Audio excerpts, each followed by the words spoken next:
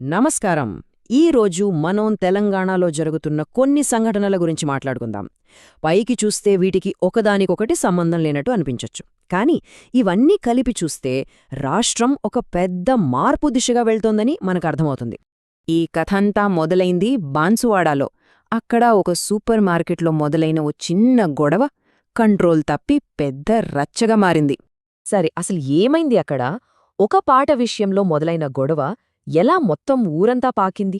ఆ వివరాలు ఒక్కసారి చూద్దాం. స్థానిక రిపోర్ట్ల ప్రకారం మధ్యాహ్నం ఒక చిన్న వాగ్వాదంతో మొదలైంది.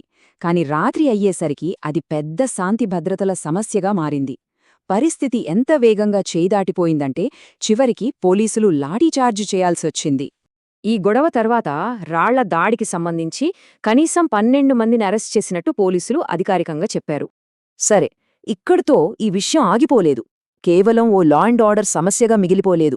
వెంటనే దీనికి రాజకీయ రంగు పులుముకున్నారు. ఈ సంఘటనకు వెంటనే రాజకీయ నాయకులు, సామాజిక నాయకులు స్పందించారు. అసలు ఏం జరిగింది, ఎందుకు జరిగింది అనేదానిపై ఎవరికి వాళ్లు తమదైన భాష్యాలు చెప్పడం మొదలుపెట్టారు. ఇక్కడే అసలు విషయం మనకు స్పష్టంగా కనిపిస్తుంది. ఒకే సంఘటన, కాని రెండు పూర్తి భిన్నమైన కథనాలు.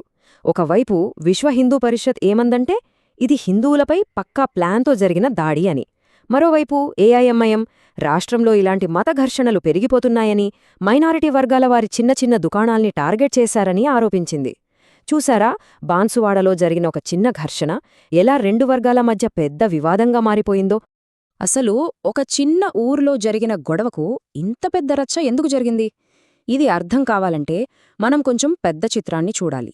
తెలంగాణ పోలీస్ వ్యవస్థ మొత్తం మీద ఇప్పుడు ఎంత ఒత్తిడుందో గమనించాలి. అవును, రాష్ట్ర పోలీస్ డిపార్ట్మెంట్లో ముఖ్యంగా నాయకత్వ స్థాయిలో ఒక పెద్ద మార్పు జరగబోతోంది. అంటే DGP, director general of police. ఈయనే రాష్ట్రంలో అత్యున్నత పోలీస్ అధికారి, మొత్తం పోలీస్ ఫోర్స్కి హెడ్.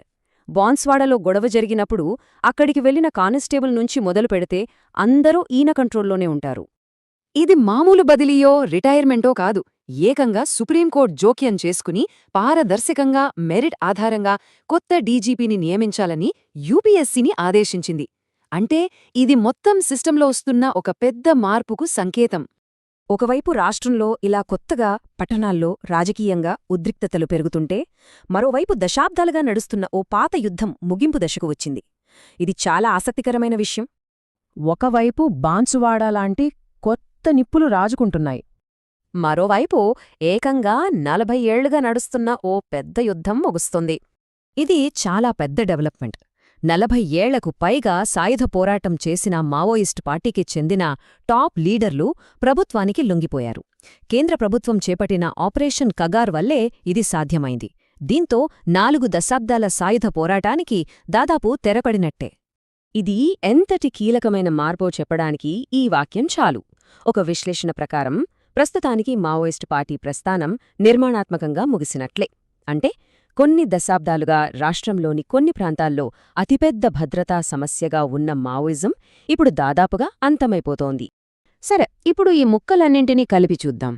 బాన్స్వాడలో గొడవ, దానికి రాజకీయ రంగు, పోలీస్ బాస్ మార్పు, ఇంకోవైపు ఏళ్లనాటి మావోయిస్టుల యుద్ధం ముగింపు. వీటన్నిటి అర్థమేంటి?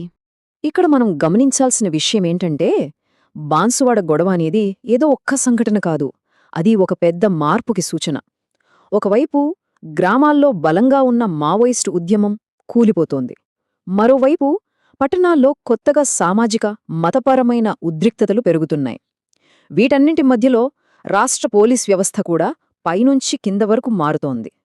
ఒక పెద్ద దశాబ్దాల నాటి సంఘర్షణ ముగియడం అనేది ఒక ఖాళీని సృష్టిస్తోంది. ఇప్పుడు తెలంగాణ ముందున్న అస్సలైన ప్రశ్న, ఆ ఖాళీని ఏది భర్తీ చేస్తోంది? పాత సమస్య పోయి కొత్త రకమైన విభజనలకు రాష్ట్రం దారితీస్తుందా? निजामाबाद के लोगों सुनो सुनो, गर्मी की शिद्दत से परेशान हो? एशियन एंटरप्राइज पर जबरदस्त कूलर एग्जीबिशन सेल शुरू। होलसेल रेट पर रिटेल सेल, पावरफुल मोटर, ज्यादा हवा, कम बिजली का बिल। स्टॉक लिमिटेड है। आज ही आकर अपने घर को ठंडा बना लो। आबिदा मस्जिद के पास हयात हॉस्पिटल के पीछे निजामाबाद में एशियन एंटरप्राइज पर फौरन तशरीफ लाओ। कॉल करें 9849426304, 9700756025। इस गर्मी में निजामाबाद के लोगों सुनो, गर्मी की शिद्दत से परेशान